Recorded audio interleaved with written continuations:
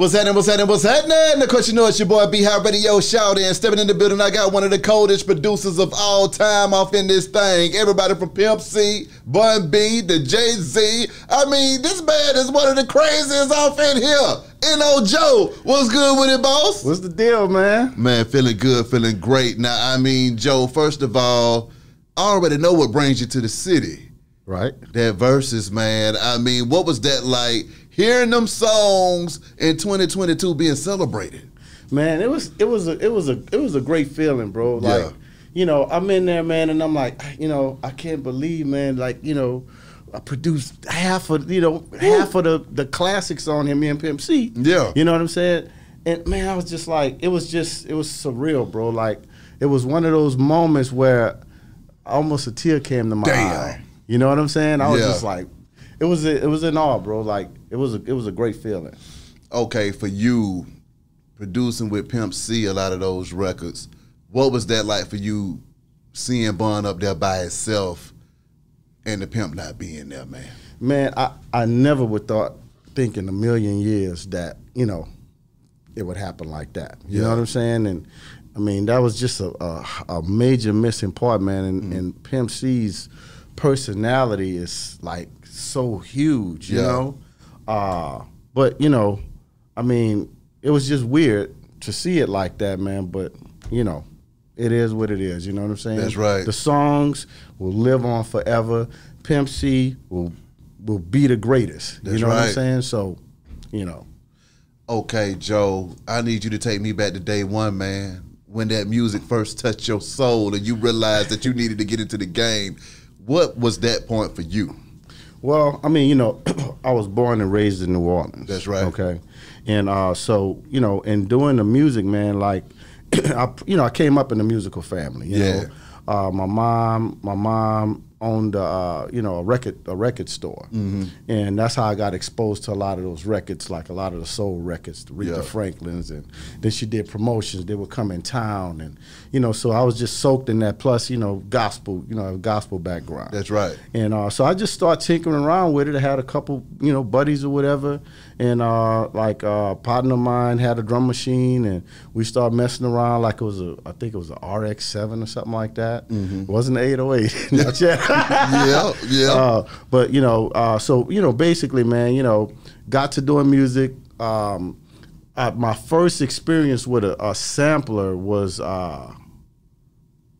Manny Fresh. What? Manny Fresh had a SP-1200. I used to go to his house. That's crazy. And use his drum machine because I couldn't afford it. Because see, I was going to ask you that. With you being from New Orleans, did you come across any of those producers out of New Orleans? So you telling me you knew a young Manny Fresh as well? Yes. I used to go to his house and use his drum machine. What was that like when y'all were two young boys playing on a damn drum machine? Did y'all think y'all was gonna go down as the greatest of all time? No, you know, like, you know, so it was Manny Fresh and Gregory D, right? They were a group.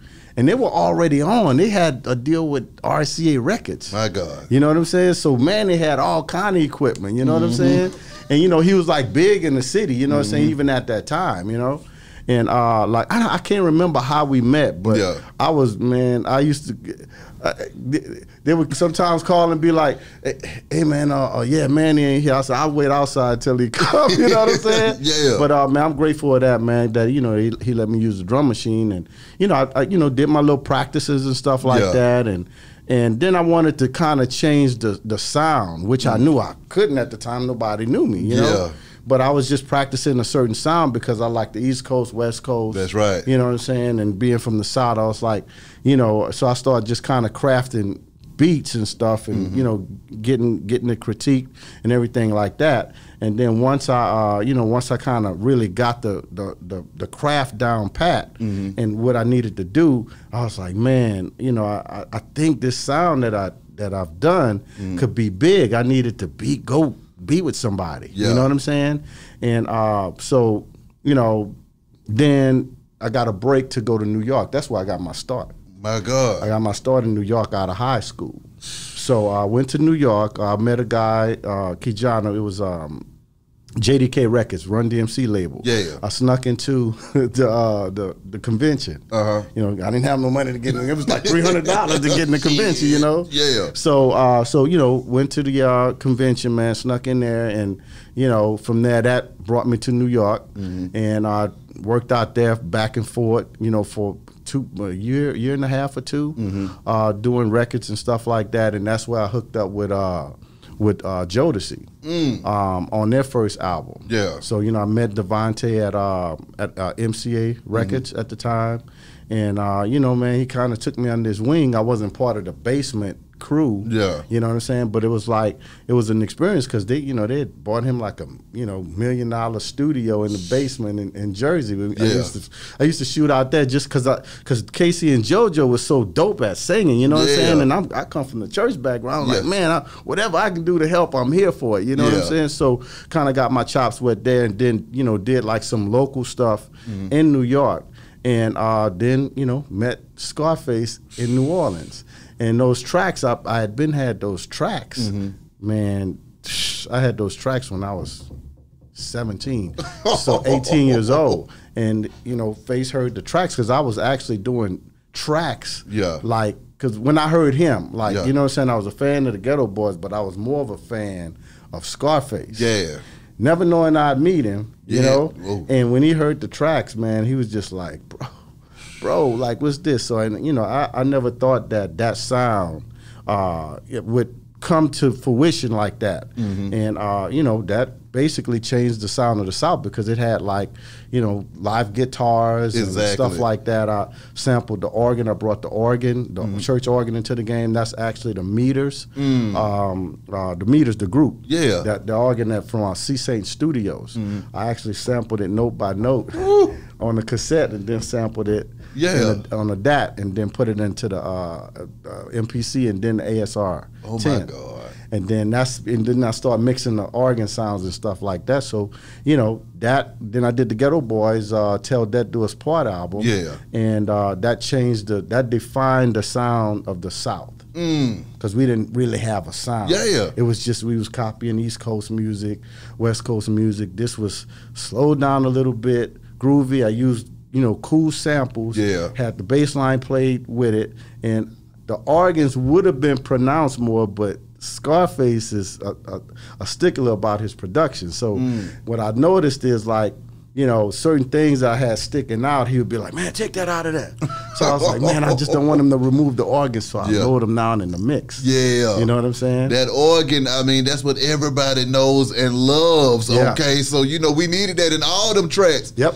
Can you talk to me about working with Face, though, man, and the lyricism that you witnessed with him, and then also from the production side as well? Well, because between him and Pimp, you were dealing with two superstar talents that also understood production. Right. So how did that affect you in your creative process? Again, you know, when I'm going with any artist, especially like creative guys like that, you know what I'm saying, that's producers in their own right. You know, I try to mesh everything with them and get in their heads of what they want, you know. And, you know, just like with Face, you know, he has a specific thing he wants, and what he heard when I met him was what he wanted. You follow what I'm saying? I'm with you. But then he wanted to kind of grow it, you know? So, and I didn't really know he played instruments. Damn. You know what I'm saying? So until he kind of picked it up, I was like, oh, okay, that's kind of dope. So, you know, on some of those records, man, like, you know, he played on Jesse James and, you know, stuff like that. But going back to, let's go back to the Tell Death Do Us Part album. Okay. Okay, so that's when Mike Dean kind of came into the deal. Yeah. And so they didn't really know that much about mixing and rap music, you know what I'm saying? So I taught Mike Dean how to work the drum machine, and you know what I'm saying, brought him in, and he played piano. And dope ass piano player, you know what I'm saying? The white boy, you know what I'm saying? Long hair, whatever, but he was soulful, you know what I'm saying? That's right. So we sat down and had an old guitar there at the studio or whatever at Digital Services. Yeah. And like we sat down, you know, I sat down with him with the metronome. It's like, no, this got to be this groove. It's got to lay back on on the beat, you'll make somebody fall out on the dance floor, man. You'll hit the beat, like, you know what I'm saying? Yeah, yeah. So we sat there, man, and you know, Mike Dean was, you know, he was a big part of that, you know, playing the instruments and stuff like that. But like, you know, as far as like the mixing of those records and stuff, I came from New York, so I was working on like you know, SSLs, yeah, and, you know, stuff like that, you know. And so when I came there, like I think they did like the Geto Boyz, We Can't Be Stopped on an 8-track on the pool table or something. Damn. You know what I'm saying? And Jay was like, no, we did that on that. Because I did like, I had a 4-track demo of the Geto Boyz. We did it in Galveston. Okay. And I'm like, man, I said, okay, it's, you know, time to go mix it. You know what I'm saying? And it was like, man, it sounds good like this. I'm like, no, man, you know, we got to compete with a lot of people. Yeah. You know what I'm saying? So Jay was like, okay, well, so we went to Digital Services where they had an SSL. And those speakers were just, it was for rock music. So I had to go back and forth to the car mixing. So that's why you see my name on there, mixing, production, mastering, because I had to kind of push the, you know, push the narrative. You know what I'm saying? Joe, the snares, it's hurting my ears. Like, don't touch my snare. Don't touch the kick. Like, you know what I'm saying? That type of thing, man. But it was a great experience, man, like, because, you know, we got a chance to really, you know, everybody heard that sound, and then, you know, it changed the South. Jesse James and Seen a Man Die, those two songs were some stick-out songs for Face as well that you worked on. Can you speak about those studio sessions with y'all crafting that music? So, Never Seen a Man Cry was an idea that Face had. He brought that in. And like when I heard it, I was like, it was more of a, he had like the lyrics down to it, but it was more monotone. Like, and I was like, man, I said, you know, so I redid the track, added the organ, and, you know, I had Mike Dean to play this organ. Yeah, exactly. Had him because that's the organ is actually the hook of the song. You know what I'm saying? So I made that the hook of the song, and you know, I had Face to go in, and I was kind of rapping at the time too. And Face would just be like, "Say, bro, man, let me hear what you're talking about." I said, "Man, you need to like spice it up a little bit or whatever." Like, you know what I'm saying? He was like, "Joe, what you want me to do?" He said, "You go in there and do it, right?" I was like, "Oh, come on, bro," right? So I get in the studio, man, and you know, I was like, you know, I just start kind of spitting it or whatever. And I was like, you know, you say it like a preacher, like, you know what I'm saying? You know what I'm saying? And he went in there, he was like, "Man, you want me to do that?" Yeah. You know what I'm saying? And then he went in there and did it, and, you know, he expanded on it, and man, it was great. Like, you know what I'm saying? That's how that record came about. We never went in there like, oh, this is gonna be a hit record. Yeah. Or none of that. We just went in with a good vibe. It was a good record. Like, I heard it, I was like, man, yeah, let's, you know, let's finish it. Let's do it, you know. Jesse James. Jesse James was basically an extension of The Wall. Right? There was a bass line in The Wall that I loved. Yeah. Right? You know, when I produced The Wall on The World Is Yours. Yeah. And I was like, man, I don't think that many people heard that, because I mean, I think it went gold, you know what I'm saying? But I'm like, I gotta reflip it again. Exactly. So when we was doing that music, man, I had the bass line already. And Face was kind of playing around with the guitar, like, and I was like, whoa, run this, and boom, that became the song, the bass line, and the, you know, and then all of the other stuff, you know, with the reverse choir, that became a signature sound for him. You know what I'm saying? So, you know, it was great working in there, man. Like, cause we drove off of each other, we fed off of each other. You know what I'm saying? And we pushed the boundaries and stuff like that. Okay, Joe, during this conversation, a lot of stuff that you speak of are things that are iconic moments in hip-hop history, okay? Damn. I have to ask you, did you feel like y'all were doing iconic shit at that time, or was it just another day in the studio? And then with your hindsight being 2020, do you think y'all could have even did it any better than y'all did it and changed the game? Or was this just, you know, like the movie said, TLC meant to be? Right. I think it could have been better. Oh! Let me tell you why. Because, like, you know, some of the instruments, you know what I'm saying, the guitar and bass, there was, you know, like Uncle Eddie was a beast on bass. Like, that was D-top. Face was good on guitar, And Mike Dean was pretty good on guitar, but there was other guitar players that was super that was dope. funky as hell. Right. Yeah. And but we just stuck with the crew. Yeah. You know what I'm saying? And we put it together and it came out great, Exactly. But yeah, those moments, to answer the question, I mean, that was the greatest moments, you know what I'm saying? Being in there with Scarface though too, they put him in the GOAT category across all coasts. So, I mean, did you see that in him when he was laying that stuff down? Did you realize that, hey, man, these lyrics that this nigga's coming with are going to make him the greatest of all time? Bro, first of all, I was a fan of Scarface. Okay. I was a big fan of Scarface. I used to try to rap like him. You know what I'm saying? Yeah. So to hear him over my tracks was just, it was almost unreal. Yeah. I couldn't believe that, like, I was working with him, and then when he'll take the track, and then I'll hear it when he come in the studio and lay it out. I'm like, man, how does dude put these lyrics together like this? Like, man, the way he talked, the way he constructed the lyrics of it, and like the way he told the story, man, was like no other. Yeah. And every time you get in that vocal booth, man, I just smile and be like, man, I can't believe this is happening like this. You know what I'm saying? So that was the experience from my angle. When you think of Smile, you got to talk about Tupac and Scarface as well. I mean, can you talk about Tupac being around in the studio at the same time? Well, I was only in the studio with Tupac one time, and it was a crowd of people in there, and I was playing beats. And man, Pac had a song for every beat that I played, a full song, right? Damn. Full song, and I'm like, man, get him in the vocal booth, get him in the vocal booth, you know what I'm saying? But everybody was just having fun, and I was more of a stickler, like, man, just let him go in the vocal, because he was ready. Exactly. He was ready. Everybody was like, man, he was ready, bro. It was like, yeah, we'll get with him or whatever, and then I think a couple weeks later, he was killed. What went through your mind when you saw that?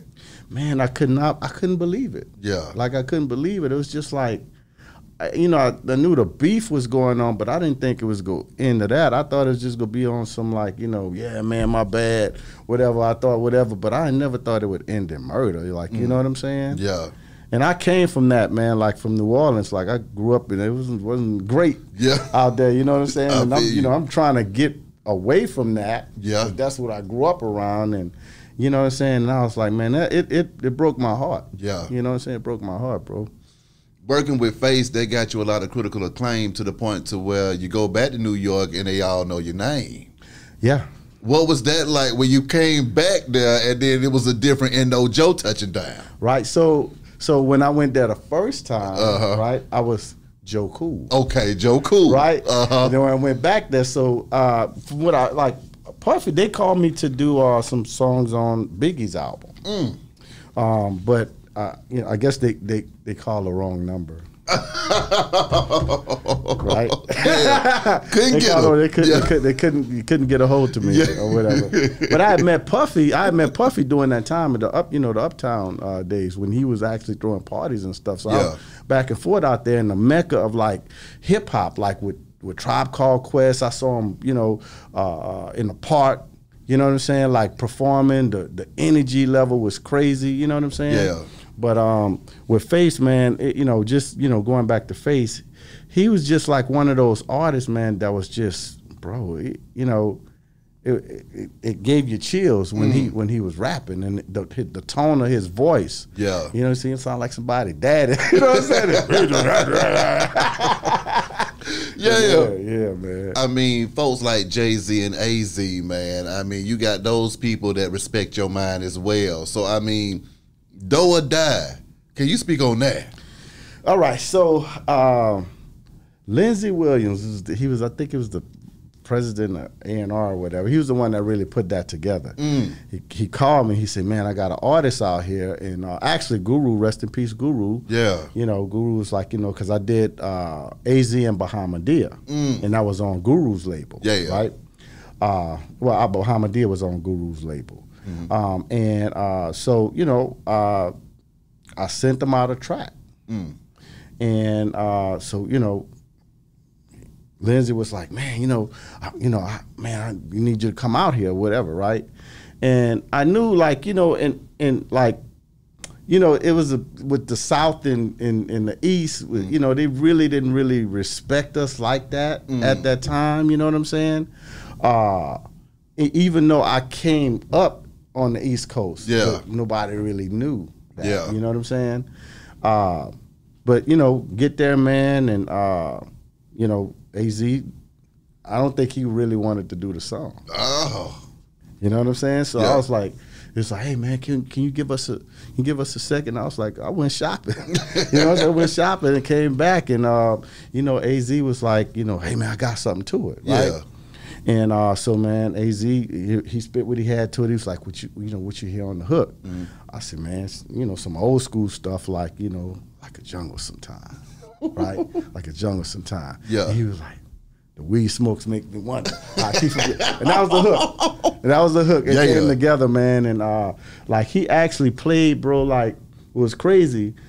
He played the album because I'm on there with the greats, Pete Rock, and Easy Mo B, and you know what I'm saying. And I'm like, man, like I can't believe I'm on this album. You know what I'm saying? And like he brought a bunch of people, like his partners from the hood and everything, and they were all listening to the record. Yeah, all the records. Everybody's like, the Pete Rock, like, oh, that's bananas. So my song came on. Nobody did anything. What? It was quiet. And I was like, oh, man, I'm going home. I said, they don't understand this music, right? So one guy said, yo, son, man, the Pete Rock joint, man, I like that. This right here, this joint right here, Do or Die, yo, son, run that again. Everybody was like, yo, run that again, man. That was like, we couldn't even say nothing. It was just, it just touched us, right? And they ran it over and over again, right? It was like, man, who the fuck did that track? Like, you know what I'm saying? He was like, Joe, he did Scarface stuff. Man, my arm almost fell off, and it was, oh, son, I feel that, son. I feel like, you know what I'm saying, man? But that was a good experience, because I was like, I said, well, damn, they ain't fit. But the one thing about New Yorkers, man, I don't have no bias on any coast. You know what I'm saying? And but they just embraced the music. They really didn't. I thought it was something else, but they didn't care. Like, it was just like, it's good music. Like, we love it. And exactly. that became the single. That became the title track of the album. Come on, man, that's crazy. And I mean, at that time too, it was AZ, Jay-Z, and Nas and Big. It was a real competition at that time. AZ could have easily took that song and been the one. Yep. Exactly. You see what I'm saying? Yeah. When you come across people like Jay-Z and they respect your mind, I mean, what was that conversation like? Well, I actually met Jay-Z during the time of, I think we was doing Last of a Dying Breed. And I was actually, because like nobody had really seen me, you know what I'm saying? And I was back there, I had my headphones on the MPC, and I had one off. I saw him walk in there. I said, damn, that's Jay-Z. Like, you know what I'm saying? So he came in there, man, and, he asked, he said, hey, where's N.O. Joe, the producer or whatever? So Face was like, there he is right there, you know what I'm saying? And, we met, man, it was love, man. He was like, man, I'm a big fan of, your music or whatever. I was like, man, I'm a big fan of yours or whatever, you know what I'm saying? And it was mutual respect, man, until this day, man, when I see him, he's like, what's up, N.O.? Exactly. You know what I'm saying, or whatever. So, hopefully we'll get a chance to work in the future, again or whatever. But, that was a great experience, man, with Jay-Z, man. He very humble dude, and I had met him prior to that in Houston, but it just didn't, it didn't happen. Yeah, exactly. Yeah. I mean, can you speak on those studio sessions though? I mean, in there with Face and stuff, what were some of your most memorable studio sessions that you recall? It was just going down in that thing. Yeah, man, it was just like, we get there every day, like, and like, I always had like a beat or something in my head, like going to the studio. Yeah. Or I've done it, at my house. Like, you know what I'm saying? And then I had a bunch of beats that I had on floppy disk. Yeah. You know what I'm saying? So I would just bring up those beats, cause I'm like, it's in my head they were old, right? But one of my partners was like, dude, they're old to you. Come on. You know what I'm saying? Yeah. So I start pulling out those, discs and stuff like that, reworking the tracks, and, Face would come in, he'd write, man, and then he'd go in the vocal booth and spit the juice, bro, and man, it was like every day, man, we had like a routine. Like, me and Mike Dean would go, we would go to Fuddruckers, right down the street from the studio, because we was working at Digital Services at the time. Yeah. And we used to do stuff like, because, they call your name. They'd be like, what's your name? I'd be like, Michael Jackson. He would be like, Paul McCartney. He'd be like, Paul McCartney, your hamburger's ready. Just being crazy. Just being crazy, man. Yeah. But, those sessions was good, man. Like, but again, we didn't work that long in the studio. It was a few weeks and we were done. Crazy. Riding Dirty, man. Another cornerstone album for hip-hop and the South in general. Just finished celebrating that thing at Versus yesterday. Can you speak to me about working on that album? And I just got to start with one of my favorite songs, Murder. Whew. When Pimp C and Bun B went in that studio and went crazy, what was going through your mind? Okay, so, Murder. All right, so me and C was sitting at the control booth, right? And the creative part is kind of a longer story. You know what I'm saying? I'm here for it. Okay, so the creative part. So C had an idea, right? Yeah. He had an idea, and he had the murder thing in there, right? So, and basically, I programmed the drums, but I wanted like kind of still hip hop or southern. Yeah. You know what I'm saying? But kind of like it's just straight 808. Yeah. Straight 808. Come on. Right, straight 808.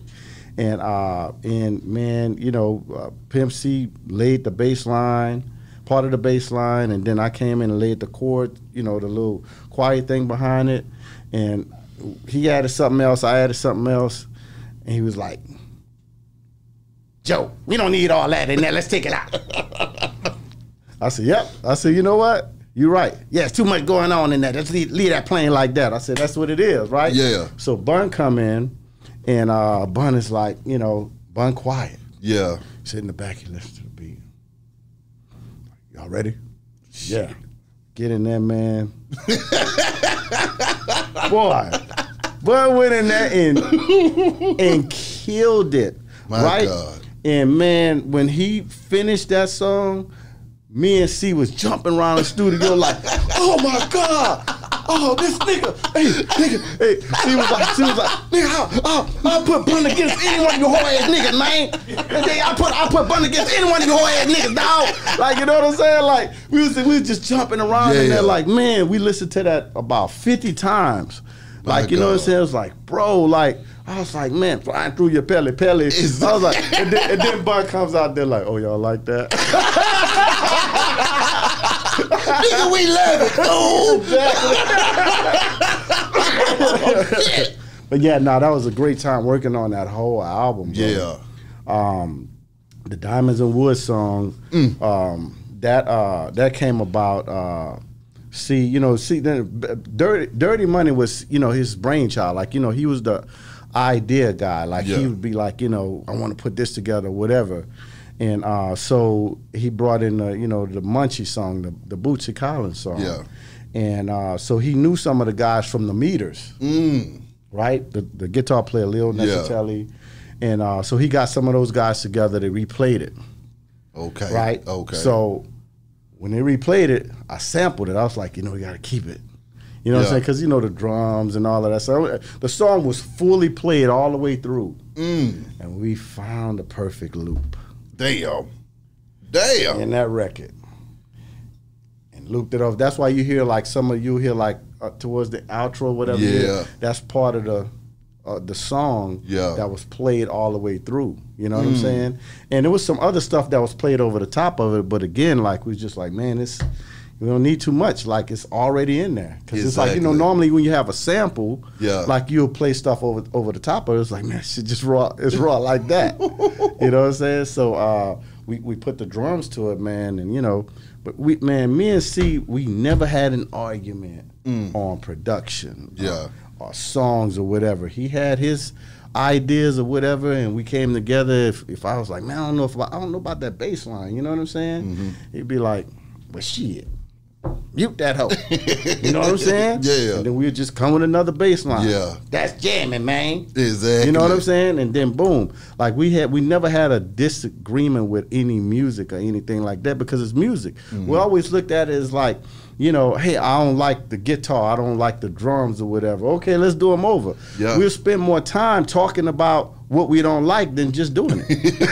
You know what I'm saying? So, yeah, man. But yeah, working on that album was, man, it was great. Like the first song I actually gave them was "Fuck My Car." Fucking my car, and I didn't know what they was gonna put to that. Like, you know what I'm saying? I'm very interested because I think I was working on something else at the time, and it would kind of, you know, put the album together. Yeah. And when they sent it back, I said, oh man, you know what I'm saying? So, you know, on that album, man, C came to me and he said, Joe, I never really, you know, work with any other producers. You know what I'm saying? He said, man, and you know, because I met C in digital services like in '92 or something like that. Yeah.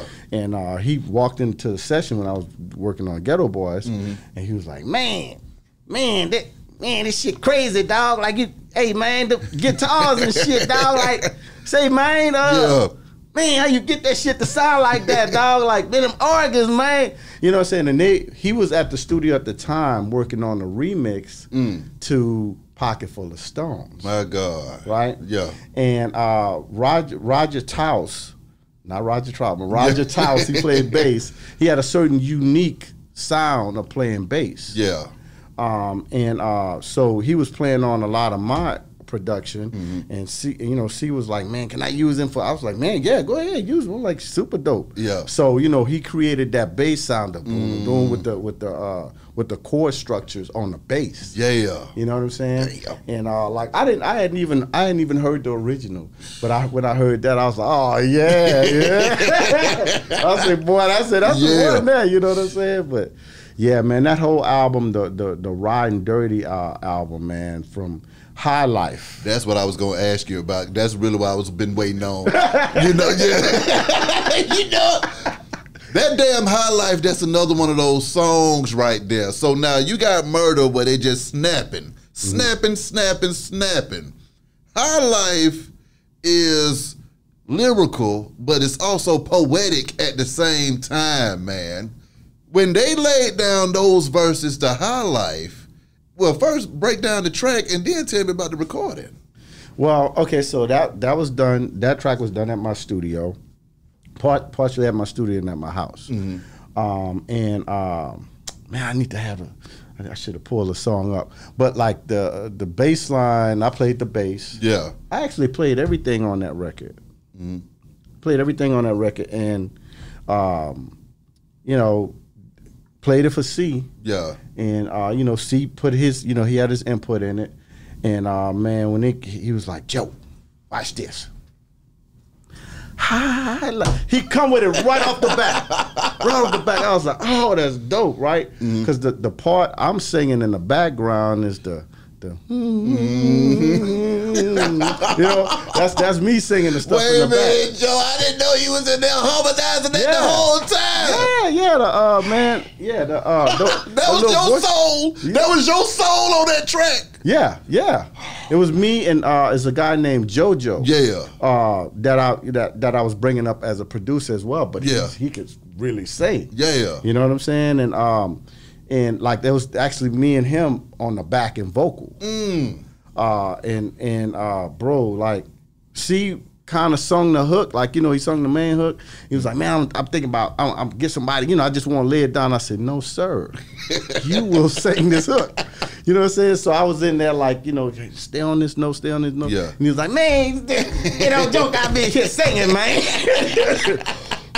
And you know, once he kind of felt comfortable, you know what I'm saying? Like he started singing. I'm like, dude, your voice is dope. My God. You know what I'm saying? Your voice is dope. And you know, I was like, man, I need to sing on some more records. Exactly. You know? So that the High Life record, man, and when they laid the lyrics to it. Come on now. Bro, it was so touching to me because I'm like, what did it, this is a hook, but what are they gonna say in it? Yeah. You know what I'm saying? It was just so much substance in the song. Like, you know what I'm saying? I was just like, wow, like it put me in the daze, just like the Scarface, you know what I'm saying? It put me in the daze, man. It was like I was dreaming throughout all of this stuff, like, What is it like holding on to that music before it gets released, knowing that when this shit touches the streets, it's about to set shit on fire? You know what? We knew we had great records, but we never thought about like, man, when this hit the streets, this gonna be fire. You know what I'm saying? It's like, me and C was like, man, I hope they feel the same way we feel about the record. Damn. You know what I'm saying? Because we think it's jamming, but we never had any expectations of it just being a classic. And I remember going to the barbershop when that record came out. Yeah. And I never told anybody I produced the record. Yeah. You know what I'm saying? And it was like, man, you heard the new UGK record or whatever? And I hear him in the barbershop. And guys like, cause they didn't really put any they didn't put no promotion behind this record. None. No magazine ad, no TV. They just dropped the record. Right? So people in the barbershop, the hood is the, you know what I'm saying? That's the determining factor. Yeah. And a lot of people hadn't heard it.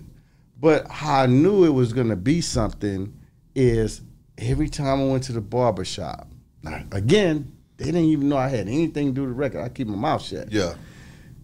They would come in and, man, did you hear that UGK? Oh, yeah, I didn't even know it was out, nigga, I got it, da-da-da. And it was just snowballed, like, you know what I'm saying? Everybody's like, oh, man, that record, until this day, they still don't know that I was, you know what I'm saying, involved in a record like that. Okay, Joe, when you look at Riding Dirty, man, and y'all are crafting that album, and then you working with UGK and yourself, what do you think it was about y'all that allowed y'all to transcend the test of time and also exemplify greatness at the same time? We did music from the heart. Okay. We didn't follow any trends or anything like that. Pimp C had a certain style of music. I had a certain style of music. We meshed it together, and it was no expectations of what it was supposed to be. It was what it was gonna be. When it's out there, it's just, you know what I'm saying? It's just, whatever it's going to be, that's what it's going to be. That's right. You know what I'm saying? So, just putting that album together, man, it was just, C had a certain spirit about him. C had a certain spirit about him. And it was almost kind of like, when we did these records, he made sure that everything was where it was supposed to be. Even if you heard like little glitches in his vocal or whatever, I couldn't hear a lot of that stuff. You know what I'm saying? Because you know what I'm saying. I'm like, man, until it got so tedious sometimes where I was just like, I said, do you think that's really gonna make a difference if you said this here or whatever, right? And I would say this here, and we used to always crack up in the studio with this. I'd be like, I said, you know what? I said, man, you know that little guitar piece that we took out? I said, we left in? I said, you know what? Man, there gonna be people saying, hey, you know what? You know why I didn't buy that Riding Dirty album? That one little guitar part. We used to always joke about it. I'm like, it's not a big deal, bro. Yeah. Like, just leave it there. It's a feel. That's right. What I'm saying? It's a feel, Yeah. Okay. Riding Dirty versus Dirty Money. Can you break down the progression on that, coming out of Riding Dirty, going into Dirty Money? What was the difference and the change that y'all were experiencing during that time that caused the albums to still be UGK albums, but still be almost totally different albums? I think they were a little happier then. Okay. You know what I'm saying? They were a little happier then. I think they were coming off the success of the Sipping of a Scissor song. Yeah. And but like C wanted a more energized album. Yeah. and more of a like, you know, he wanted to talk more about women. You know what I'm saying? So that's how the song "Take It Off" and "Let Me See It." Whew. So doing those records, man, like that was a 2-week process. We did that at my studio in Houston, Gumbo Funk Studios. Yeah, and you know, like when we did the album, man, like the "Let Me See It," the "Look at Me" record. He would craft some of the stuff at his house and then bring it to the studio. And when he bring a skeleton of a record to the studio, I would finish the skeleton to the record. Yeah. And then I would give him a song. And that's how we finished those records so fast, because he would have a record from me, I would have a record from him. Yeah. I do my thing on his record, and he do his thing on my record, and we got 2 songs. Right? We got 2 songs. So, you know, and like, I mean, a lot of the stuff came together organically, man. Yeah. So, but it, you know, the progression was sonically, we wanted it to sound better, wanted it to be a little bit more energetic, and he wanted to try out some new things on it. So that's why he had, I think, Organized Noise did a song on there. Yeah. So, you know, he was trying to, you know, venture out and, you know, and do some new stuff. Exactly. You know? But that's one of my favorite albums. I mean, those 2 weeks, man, what were those 2 weeks in the studio like, though, Joe? Because, I mean, y'all took 2 weeks to craft something that was going to last over 20 years. Again, it was the love and the music. Plus, like, you got to, man, like, Jive gave me, like, this much money. That like, ain't a lot. Little money, right? And said, finish the album. On both of them, Riding Dirty and Dirty Money. My God. You know, so that played a factor in it. Yeah. You know, but we didn't let the money thing, like, stray us to, like, you know, we can't make good music or whatever, right? Yeah. If we went over 2 weeks, if we went over 3, whatever it was what it was. But we vibed so hard in those 2 weeks, like, I mean, it just came together. Exactly. You know? When you think about Pimp C, what are some of your fondest memories of him, man, and him being alive and doing his thing? Man, Pimp C, man, had his soul, bro. Like, he had a great soul, man. He had a great personality. Like, he always looked out for people. You know what I'm saying? He got screwed sometimes, you know what I'm saying? And that's why he became a little bit more edgy. Yeah. You know what I'm saying? Because he's a good-hearted person. You know what I'm saying? And even from the last album, like the last album he was alive, an International Players album, I mean, we can get to that too. Yeah. He came to me and he said, Joe, they gave us the bag on this record. All right? They gave us the bag on here. Yeah. So look, this is what I'm gonna do. I'm finna call Barry.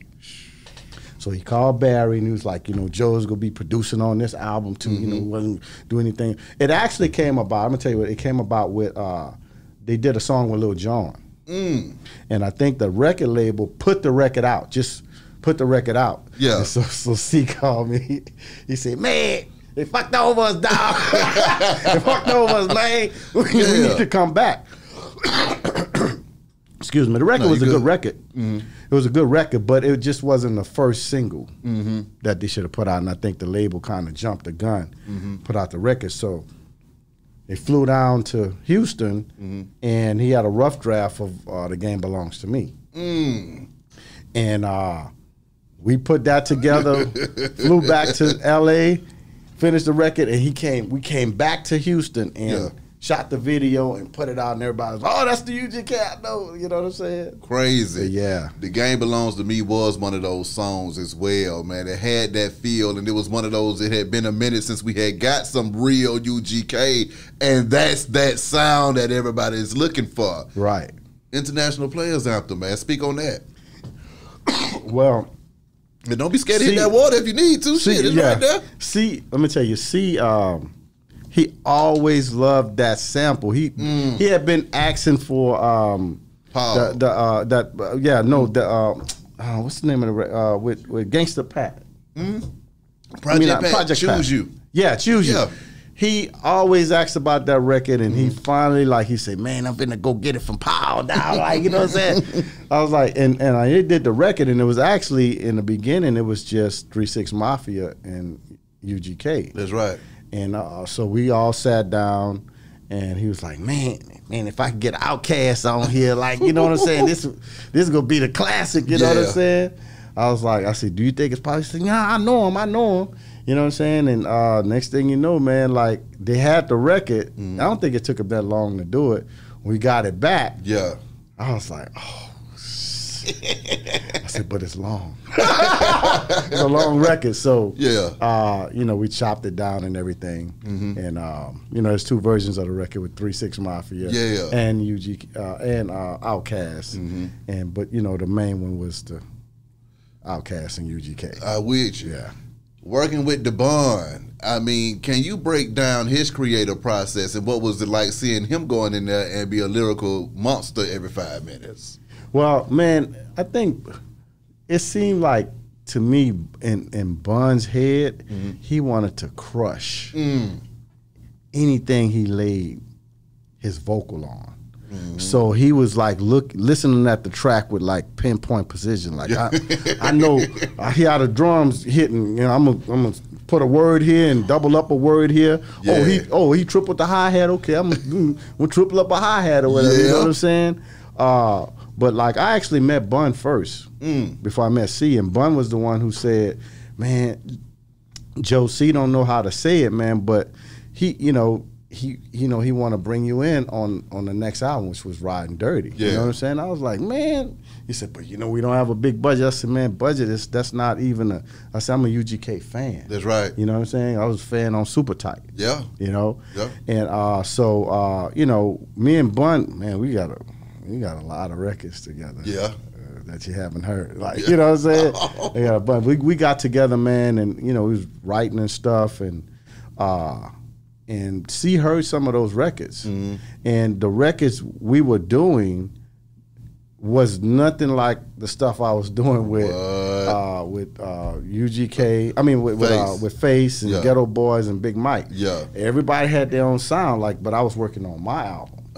So you know, the stuff I do is, I mean, I have a whole like bunch of styles of music. Yeah, and when C heard that, he was like, oh.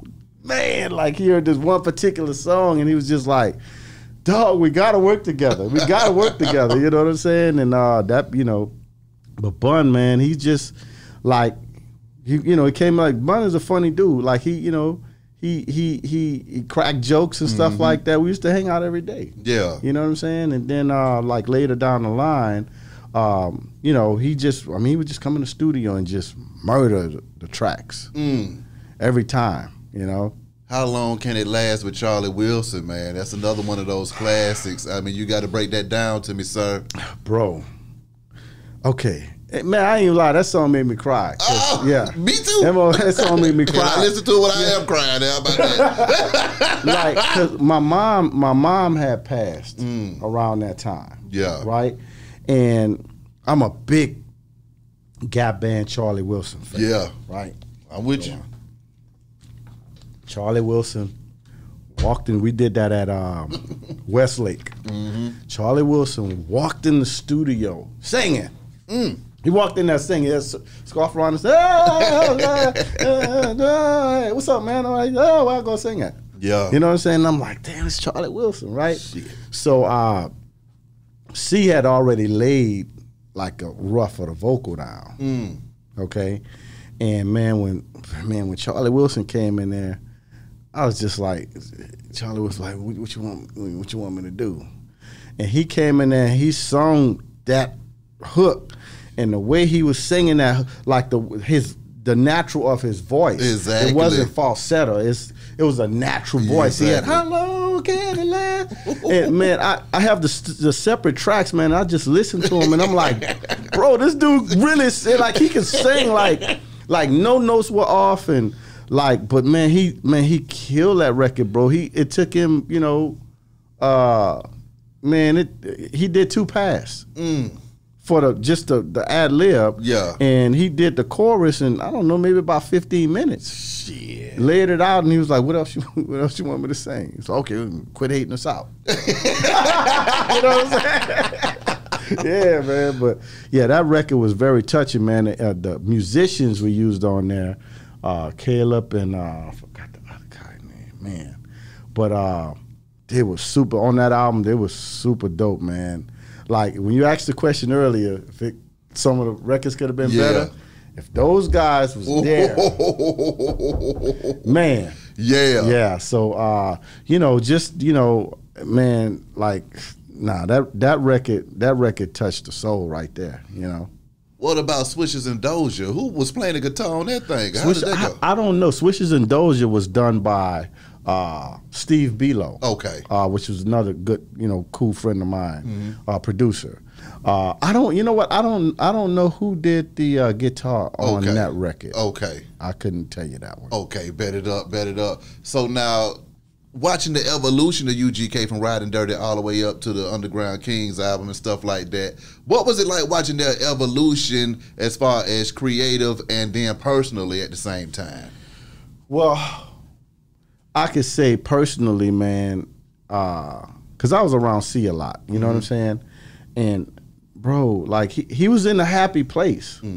Like, I mean, like he was like, Joe, when we sat down, he was like, Joe, I want to experiment with a lot of stuff. So, he had never worked with Marley Marl, which was one of his favorite producers. And I'm like, nigga, we finna work with Marley Marl. Like, you know what I'm saying? I'm like, that's one of my favorite producers too. So, and that was a whole nother moment, right? On that record. Because when we went in, he wanted to redo the symphony. He wanted him to redo the symphony. And so me and C went to the studio and we sat down. And, I'm listening to the track and I'm like, hi, C, I know Bun, Yeah. But man, man, see, he sat down, he was sitting out next to me. He was like, C used to be like, watch this, Joe. Watch this, man. So he go into the vocal booth. So, he got Marley Marl, I think a couple of the other artists was there. And when he started rapping, man, we were all on the floor, bro. Like, cause he was just Pimp C, like, you know what I'm saying? Monkey ass diamonds. That was my first time ever hearing that. You see, your record jamming, but your diamonds look monkey. Like, you know what I'm saying? I was like, but me and Marley Marl, we was on the floor, bro. Yeah. And C was like, y'all like that? You know what I'm saying? But C was more, we used to sit down and listen to Willie D. And Willie D said the craziest shit, like. You know what I'm saying? And we used to sit there and laugh, man, like at Willie D. Like, this nigga is just crazy, But man, that album, C said, look, when we finished it, because he wanted to work with Swiss and a bunch of others, he said, let me just throw it up in the air and see what sticks. I say, man, that's the perfect idea to do. Like So we did that, like, and that every time we came back to that International Players Anthem, it was just like, man, I think this the one. Now I did another record that it was Everybody Want a Ball, and Jay-Z was supposed to be on the record. I don't know what happened. But that was supposed to be the second single, and. I had it, it was replayed, super dope record. But some of the lyrics on there, Lenny didn't. Lenny Kravitz was like, nah, that's a song for my daughter, man. Like, you know what I'm saying? So, but that was one of those records off of that album, man, that could have been huge. My God, I still have it in my hard drive. I mean, when we think about your hard drive, Joe, what all do you got in there? How much shit is in that hard drive that people want to hear that they can't get a hold of? Bro, and they can't get a hold of because it's in the vault. It's in the vault. Like, I don't keep it nowhere with me at all. Like, you know what I'm saying? Man, there's so much great stuff, and I listen to it. I'll play you some stuff. But a couple little snippets, you know what I'm saying? My God. But there's so much stuff in that vault, man, and even records with unknown artists that that I produced at the time and never came out with the records. So I'm actually gonna put out an N.O. Joe out the vault. Okay, that's hard. Records. I'm with you. I'm with 1, 2, 3, and 4. Exactly. And we hopefully we have some big people on there, but I got I have to get the clearance. Got to get that thing cleared. I'm with you. But yeah, so Yeah, man. Man, I listen to some of those records in the vault, man, and I'd be like, man, you know, like, why didn't Face use this? Like, yeah. You know what I'm saying? Like, Geto Boyz and, like, you know what I'm saying? There's a couple songs I have with Ice Cube. You know, I mean, talk about working with Cube, man. Man, Cube. All right, so, man, all right, so my first dealings was I did a remix called Lil Ass G. Okay.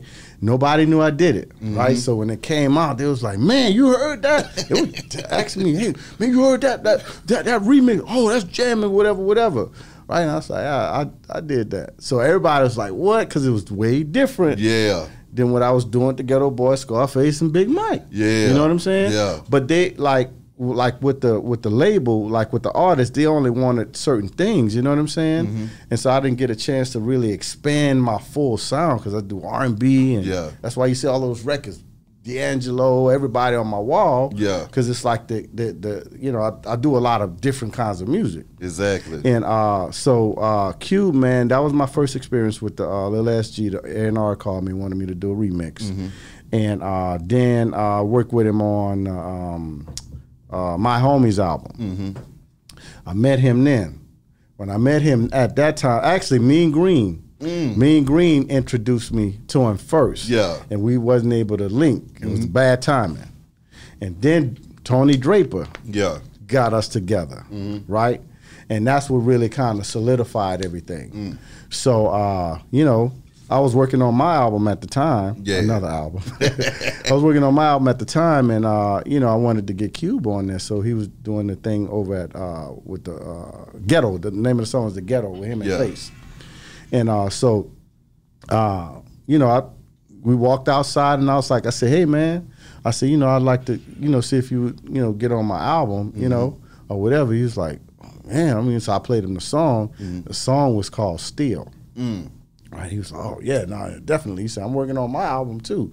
I was like, what's up? You know what I'm saying? So I played him a track, and he was like, give me that. Right? And he flew back to Houston. And we recorded at my house in my studio. And it was just him. Okay, you in there with Ice Cube, one of the greatest lyricists of all time as well. I mean, what was it like seeing him in his element getting busy? Again, man, I felt like I was in a dream. Yeah. You know what I'm saying? Like my son, he was little at the time. And I said, guess who's coming over here? I said, Ice Cube. Was like, no way. No way. Right? So, you know, he come on from school, and my son is walking up the stairs, and Cube was walking down. You know what I'm saying? He was like, oh, man, Ice Cube. You know what I'm saying? But look, by the third day, get this nigga out of the house. He was like, oh, you still here, man? But nah, Cube, man, was great to work with, man. He knew exactly what he wanted. Like, what's crazy was the song I did for him called Pushing Weight, right? I had that track, and I actually had it on a DAT that said GB, so the Geto Boyz. Yeah. And it was supposed to be, I was supposed to be working on that album, The Good, Bad, and the Ugly. And they passed on the track. They started doing the Running Man on it. Right? I was like, oh, okay. Oh, okay, all right. So, all right, I said, cool. So, you know, when I played it for Cube, Cube was like, that's that shit. That's that shit. And he started writing to it, man. And then when he laid his vocal to it, man, that dude immediately called his wife. Damn. And said, baby, I got my single. Damn. And that single came out. He said, let's mix it. Let's go ahead and let's mix it and master it. Let's get it out of here. I'm like, dude, it's like 5 in the morning. So I'm with it. Yeah. Well, we went to LA, mixed the song, mastered the song. And 1 week later, like it was in the clubs. Next week it was gold, and platinum. Then it was #1. You know what I'm saying? It was like that. And that was our second time hooking up. Yeah. You know what I'm saying? And I did 5 songs on that album. So when the album came out, ironically, Ice Cube album and the Geto Boyz album that I didn't work on came out on the same day. So what was that like? Same day. That was a little crazy, man. I was a little crazy. I stayed away from that. I was just like I say, you know, because I always no matter how big I got, and no matter how big of people I work with, I always kept my foundation. I'll come back and be like, you know, Devin, dude, you need something? Yeah. You know what I'm saying? You know, are we working on such and such or whatever, working on Scarface album? I never was that person where I was like, you know, I'm working over here now. And, you know, because I was doing stuff with Fox Sports Network. I did all of the scoring on a lot of this stuff. ESPN. Like a lot of the urban music that you heard behind that from like 98 all the way up to 2014. My God. Like, you know what I'm saying? I was doing all kind of stuff, but I never was that person where I just like didn't want to work with where I came from, you know what I'm saying? And so anytime, you know, Jake called me, like he said, hey man, you know, Joe, we man, we working on this. That boy, Jay Prince down south. Yeah. You know, we gonna need some music, man. You got him down. You got him down. And so, you know, I was like, man, you know, and I'm grateful, man, because like, you know, he gave me an opportunity to present my music to the world, and Face, you know, was the visionary that saw, he heard that music, you know, and you know, I'm grateful for that until this day. Like, you know what I'm saying? What was it like being a part of that Rap a Lot family too, and then also Devin the Dude working with that man? Man, Devin, boy. You know, I worked on the I Squad album. Oh my God. Okay. Yeah. Which was the group he was in. Exactly. And I was me and Blind Rob, who's the producer of, you know, in the group. Yeah. And so I came in on a production, and when I heard Devin, man, we did a song like, called "Pussy Like Dope." Yeah. Oh my God. And for Show Pussy, I think that was the main song off that. Bro, I was like, man, this dude here is special. He's like the dirty Bill Cosby. You know what I'm saying? But he was like, his energy, man, was always just pleasant till the day. Like, you know, energy always pleasant, man. And, you know, he was like, man, Joe, I'm working on my solo album, man. You know, I need to get some. I was like, you got that. So I had this track that he, you know, that he loved, and I think he heard that track a while back. And he was like, man, that one. He was like, what you doing with it? I said, which track you talking about? And it was the Do What the Fuck You Want to Do. Yep. My God. Yeah, and when he came with that, I was just like, this is crazy. When you think about all of your production though, Joe, what are your top 5 favorite songs that you was a part of and produced? Never Seen a Man Cry. Murder. Come on now. Pushing Weight was a high life. Yeah. A highlight for me. Yeah. High Life. Come on now. Man, 5. I need more than 5. You know, I need more than 5. Jesse James. Yeah. Man, Player, Big Mike. Wait a minute now. See, Joe, we got to stop it right there. That's one of my favorite. That's my favorite Big Mike song, period, point blank. For sure. When Mike went in there and snapped on that thing, I need you to break that thing down to me. Okay, so all right. We were working on this album. That album was done in like a week and a half because it was in between Face writing on the songs for the diary. Yeah. And him coming in, you know, in that little spot. So anyway, we were towards the end of the album, and he was like, Big Mike was like, Joe, I need to play a song, man. Right? Him and Pimp C kind of sound alike. Yeah. You know what I'm saying? They kind of sound alike. And he said, I want to use this Al Green song, right? And I was like, no, I like another Al Green song, right? Yeah. He's like, man, this the one I want to use, you know what I'm saying? So I said, we'll see. Yeah. So I got back to the crib, got in the studio, and I pulled up the Al Green song that I wanted to do. Yeah. Right? Yeah. And brought it back into the studio, and I had Mike Dean to play the strings and the bass line and stuff like that. And I wanted it to be, I chose the sounds and wanted it to be really authentic to Yeah. where it almost sound like we sampled it. That's where I get off on the production because I like to pull the DNA out I of the thought it records. was a damn sample. No, that's not a sample. My God. No, not a sample. And so he said, you know, after we finished the song, Big Mike wasn't there at the time. We was at the studio, and so I told Mike then, I said, cut the mic on, right? He said, what you finna do, Joe? I said, I'm finna sing, right? And I went in there and I sang the song. I'm just a player.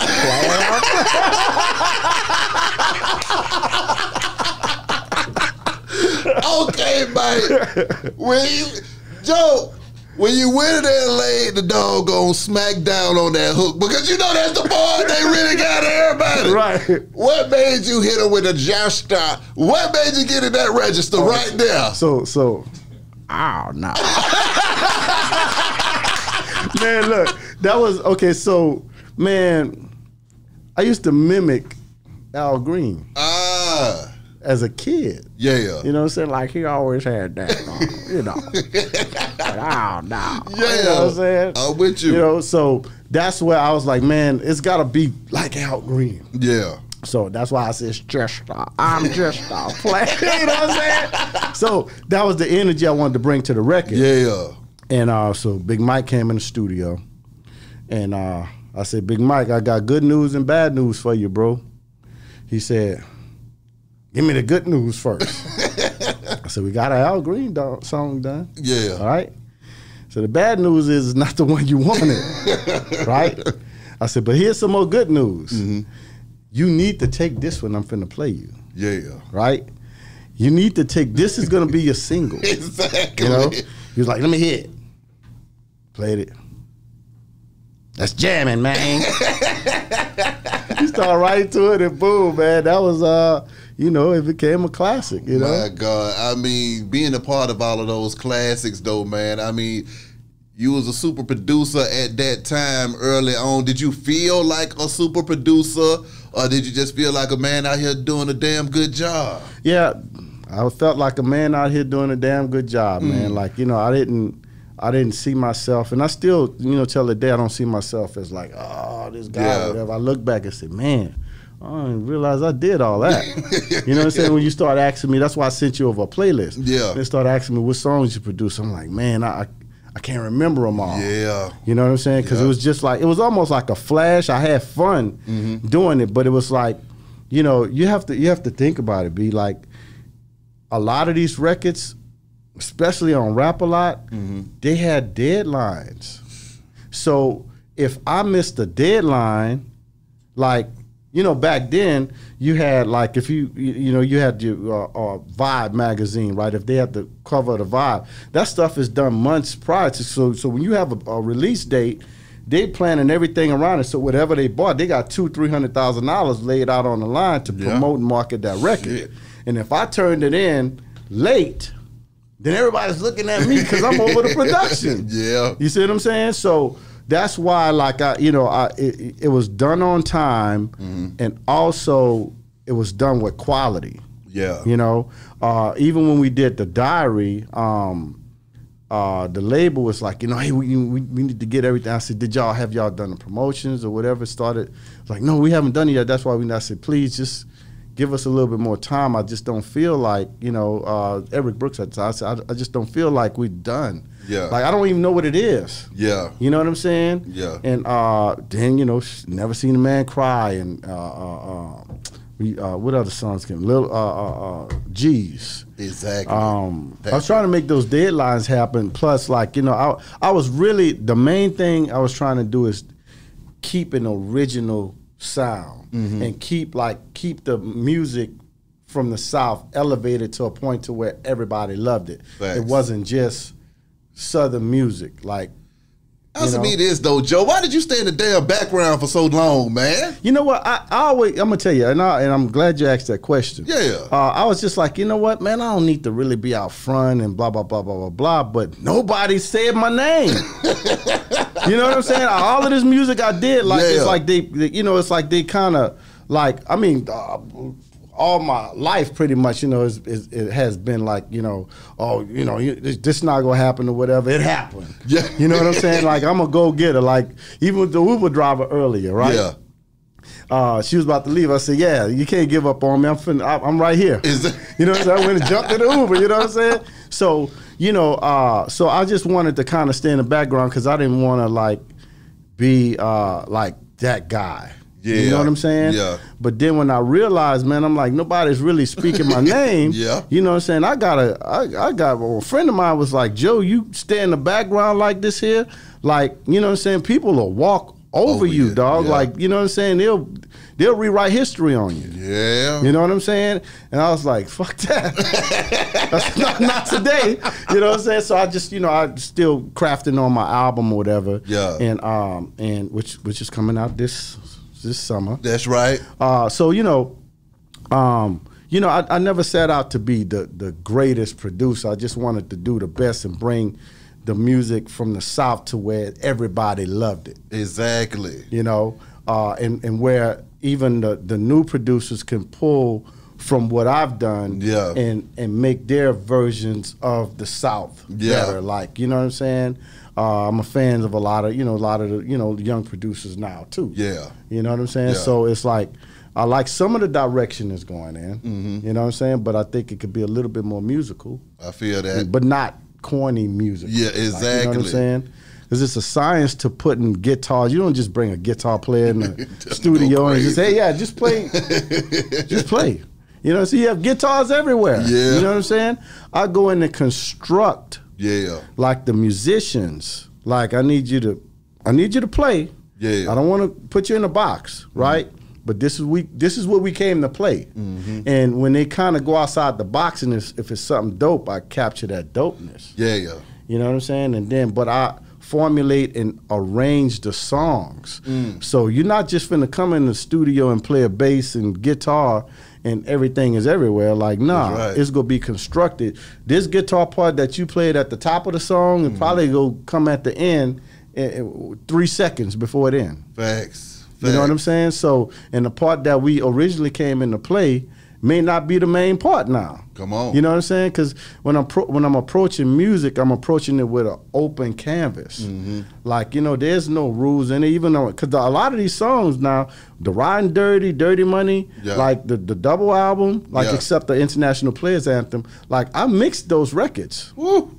So, you know, when I'm turning in these records, like even like with the you know, like on Scarface's album, you know, I'm in on those mixes. Mm-hmm. Now, Mike Dean is super dope. Yeah. You know what I'm saying?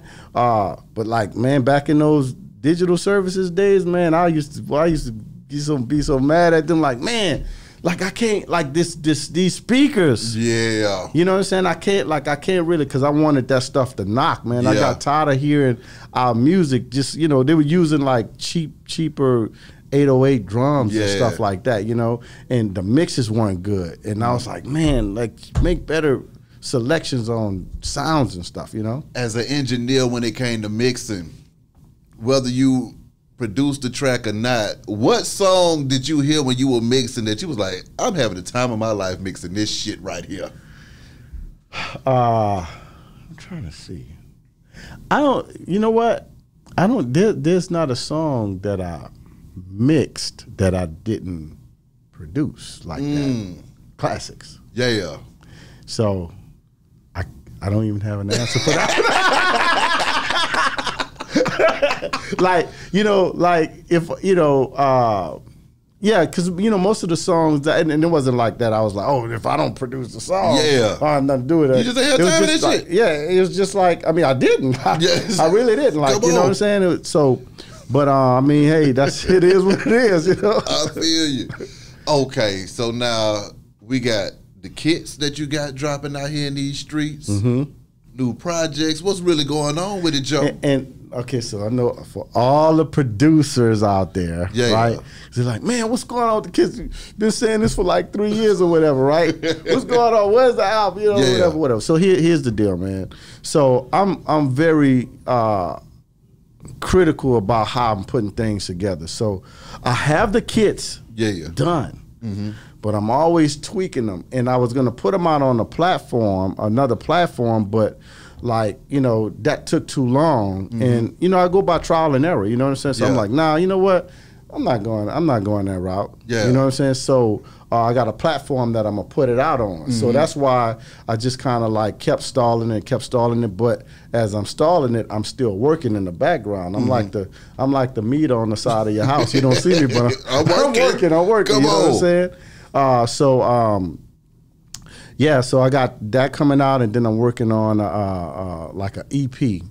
I got an EP that I'm doing, and I'm introducing some new talent on that. It's not gonna be packed with a bunch of like features and stuff like that, because that kind of it gets too political for me, and I'm not a guy that's just gonna be begging people to try to do stuff. And I got the money, man. Let's do, you know what I'm saying? Whatever. It's like, hey, man, I'll reach out there, whatever, and then I have to retool some stuff because, you know, people have busy schedules. You see what I'm saying, or whatever. But I can't work too far behind your busy schedule. That's right. So, you know, I have to like, you know, and you know, like the stuff when I was listening to it, I'm like, man, everybody's dope on here as it is. They're not known, but just like nobody knew Big Mike, nobody knew, you know, a lot of these acts that they're not being put out there, and it's a different kind of music like that I'm doing.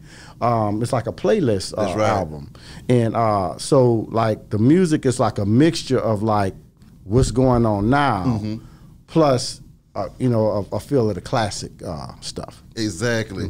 So now, when it comes to that stuff that's in that vault, though, what is all in that vault that we need to know about, Joe? Bro, man. And what goes through your mind when you listen to that stuff in that vault? You thinking, damn, we ain't never get a chance to put this thing out? Yeah, man, you know, like some of the, you know, how they cut things, you know, cut the reels, and you have all of the stuff on the floor, whatever. But those are Jews, too. Right? You know what I'm saying? It's like it should have been on a deluxe album or something like that. You know? And a lot of the Jews, believe it or not, comes from unknown artists that I have. Like that stuff didn't work out because I had label deal, and then I needed to get out of that label deal because of certain situations I didn't want to be in. You know what I'm saying? And then it came to, hey, you know, let's put it out independent. I'm like, I don't want to put it out independent because I don't have a team. You know what I'm saying? So now is the perfect time because I have a platform and I can kind of do what I want to do. You know. So like I'm very, very happy on this EP that I'm finishing up. I can dig it. You know, the quality of it, the songs. You'll have a lot of surprises on that. Like for real, like great music. Like, you'll hear it. I'm here for it. I'm here for it. Lastly, what you want your fans to know, and how can these folks contact you if they want some of that flavor, Joe? All right, so official N.O. Joe. On Instagram, Facebook. Okay. Gumbofunk.com. But you know, mainly, you know, reach out on me, you know, follow me at, you know, on Instagram. That's why I am most of the time, Instagram. I have a Twitter account, I think is official N.O. Joe, but I never really, I get to one thing and I'm like, okay, I'm good with this. You know what I'm saying? So yeah, official N.O. Joe on Instagram. Okay. Is where they can contact me at. You know, I can dig it. Well, Joe, appreciate you coming through this thing, boss. Thank you, brother. Already. Wish you nothing but the best and much success. Be High Radio Shouty, N.O. Joe. Holla at y'all in a minute, man. We gone.